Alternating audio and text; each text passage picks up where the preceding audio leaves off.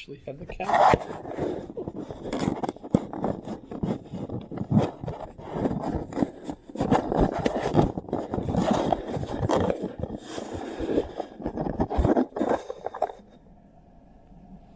So good morning. This is kind of an exciting class for me, this particular one, because Hegel is my favorite. It was kind of Hegel that saved me. It was very depressing going through the history of philosophy and having each philosopher seem to explain what was missing in the previous philosopher, only to be destroyed by the following philosopher. And it seemed like it just kept going and going and going. Of course, Hume was kind of really took the wind out of your sails, thinking that we really couldn't know anything, not even ourselves. Then Kant came and rescued us somewhat, but even though it was exciting and Kant seemed to give us good solutions to Hume's question, can there be a metaphysics? It left an awful lot still beyond our reach. You can't get to the thing in itself, das Ding an sich in German, because, of course, of the limit that the empiricists imposed on us, right? You can only experience what humans can experience. You can't get outside of human experience to see what's really out there, right? And Kant absolutely accepted that. He did transcend this problem with his method in order to hypothesize the a priori that is the ground for all of our experience. But it's a hypothesis. It's not demonstrable any more than Plato or Aristotle would have been. But it does kind of connect the empiricists, the British empiricists, with the rationalists, because that's where the rationalism comes from, the a priori, right? The categories of understanding, the categories of judgment, the idea that we can actually know for sure certain characteristics of, say, moral choices and things of that sort. That was kind of reassuring, but there was still that hesitancy on what actually could be known because of Kant. You can't really know God, for example. God is just like the thing in itself. God is outside of our experience. We have phenomena that we associate with God, but at the same time, none of that enables us to actually know God in itself, in the same speak. That's the noumenal for Kant. And the same thing really for yourself. You can't really know yourself because that's noumenal in the same sort of way that you can't know God. God must be there as far as Kant is concerned, because otherwise everything is permitted, right? There's nothing you can actually expect of any, and it's not just morality, it's chaos is essentially allowed without that kind of control over what can be. Remember, though, I suggested that's explainable even in a physical sense. Remember, when we think about Brian Greene, the one with an E on the end of Greene, his Fabric of the Cosmos, he suggests that it's just our luck that we're in the right universe.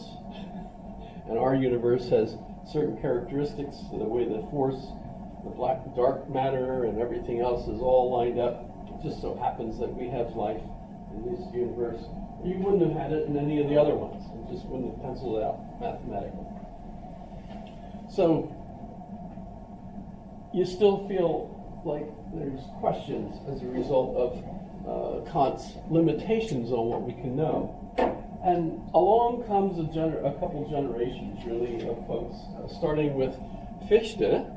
Let me put Gottlob Fichte up here for you to see him. It's also kind of interesting, by the way, that his tomb, or his headstone in the cemetery in Berlin is right next to Hegel's, and Hegel's is right next to Hegel's wife. So Hegel gets a wife. Fichte never had one, and some girlfriends, but in any case, Fichte. I think it says he has a wife. I remember him wanting to have relationships, but never quite managed it. But why is Fichte philosophically significant? Fichte feels that Kant has set limits that are unjustified, that we actually can know everything. But how do we do it? We know it through what he calls the Ich, the self. The self, this consciousness that I'm experiencing, is literally the entire universe, and I know everything that's in my universe because it's mine. It's me.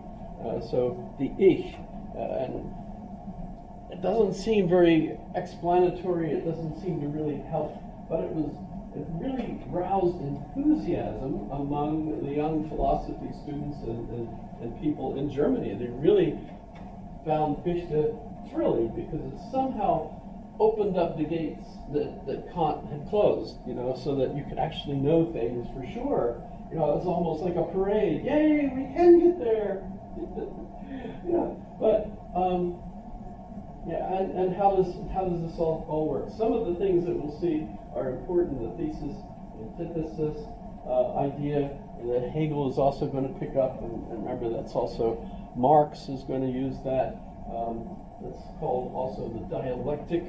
So you get this dialectical process.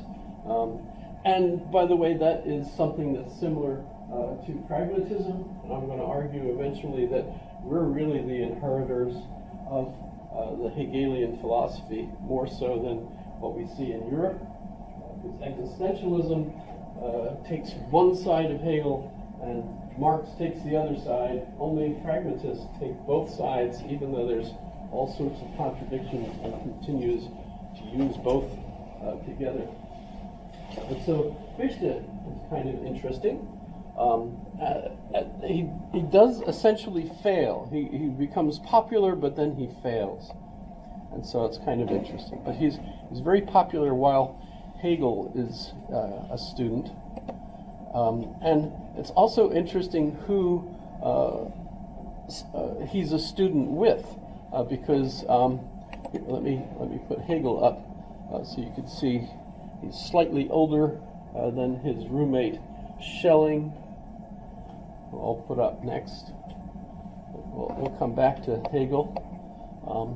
Born in Stuttgart, so it's basically southern Germany. He's a Schwab. They call themselves Schwabs. It's kind of interesting for me. My wife's family were Schwabs. And we did, in fact, get to visit.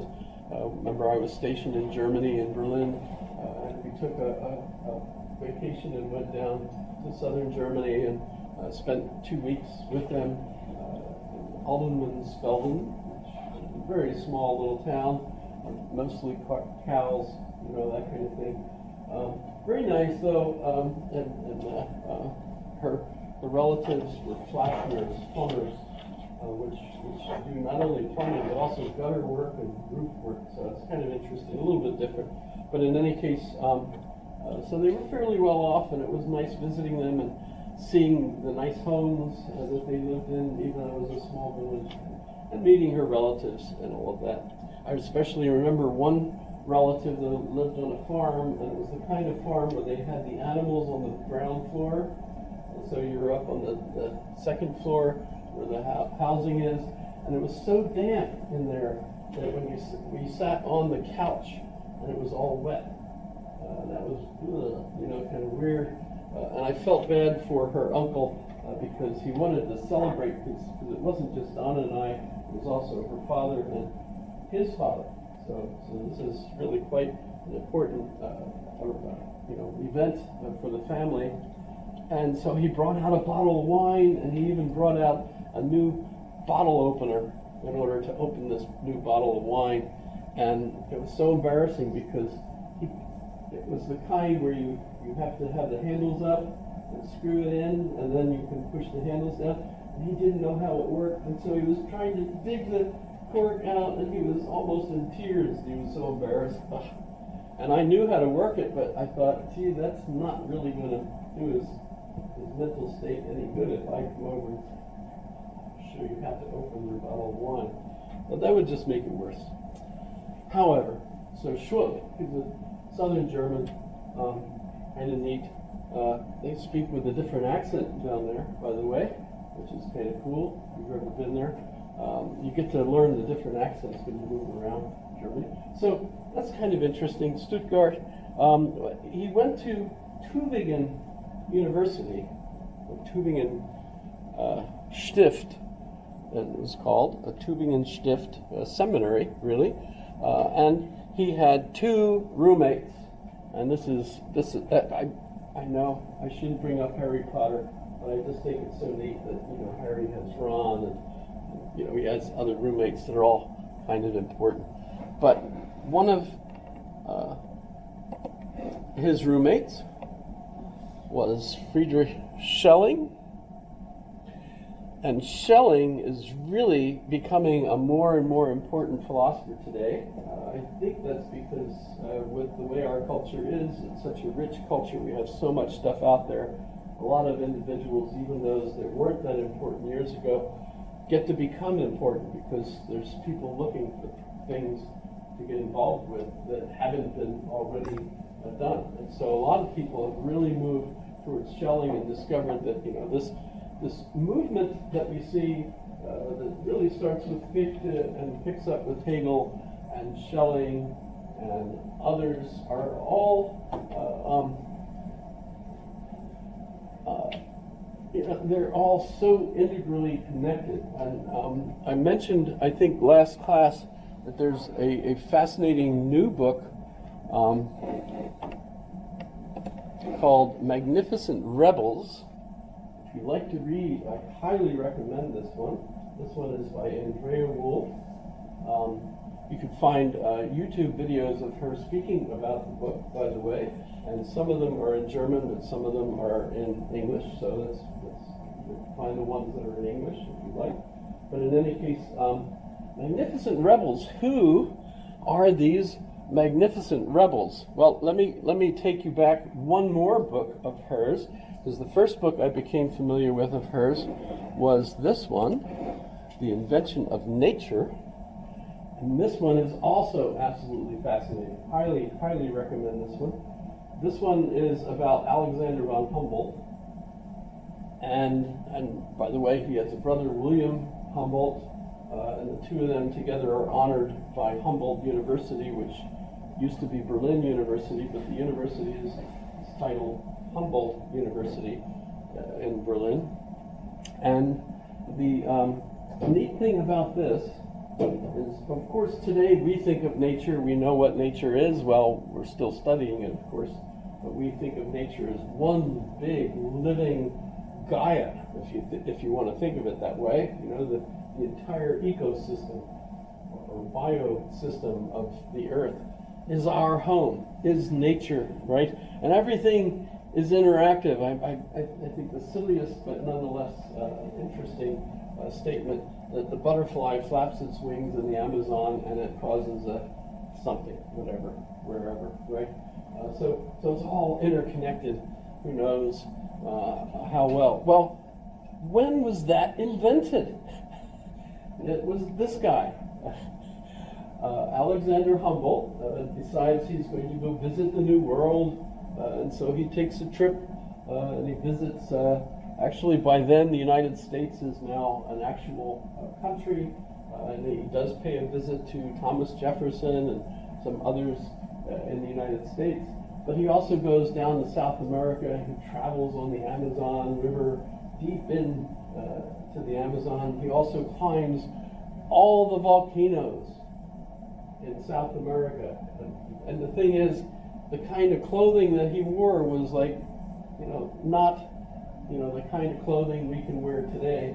It was like wearing like normal European shoes and climbing up these mountains. I don't know how he survived. But in any case, he took all kinds of notes and recorded the kinds of plants that lived up there. And he noticed that, gee, no matter which mountain you're on, as you go up different levels, you end up seeing the same kind of plants at the same levels. So there's something to do with, the connection between the altitude and the kinds of flowers and creatures that live at that altitude. That was a new thing. He also discovered how the current along the coast of South America was all moving in a particular direction, and that got him to think about all the other currents, and he literally came to the conclusion that all of the ocean currents are interconnected. And so if something happens over here, it affects over there. That kind of impression that we all certainly, I think, know that, but this was a new idea. And by the way, the current along the coast of South America is referred to as the Humboldt Current. And towns are named after him. The town where my son was born in California is Humboldt, or Humboldt. It's Humboldt County or something like that. The town